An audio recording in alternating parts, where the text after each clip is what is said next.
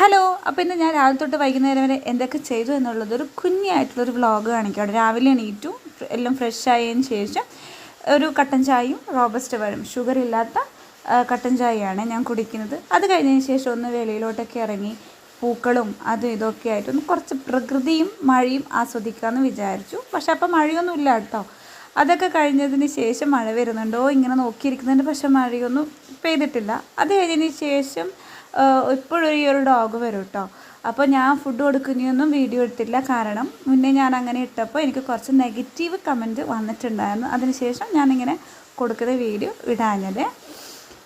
മിണ്ടാപ്രാണികൾക്ക് ഭക്ഷണം കൊടുക്കുന്നത് നല്ലതാണല്ലോ. അത് കഴിഞ്ഞിട്ട് ഉച്ചയ്ക്ക് നല്ലൊരു നാടൻ ഊണ് കഴിച്ചു കേട്ടോ. മുട്ടയും പപ്പടവും എല്ലാം ആയിട്ട്.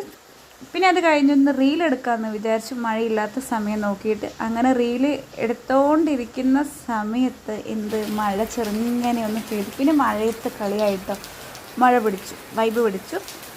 അത് കഴിഞ്ഞതിന് ശേഷം പിന്നെ ഒരു ഈവനിങ്ങിൽ കട്ടൻ ചായയും പരിപ്പ് വടയും കഴിച്ച് അന്നത്തെ ഡേ അവസാനിച്ചു കേട്ടോ. Tata bye bye.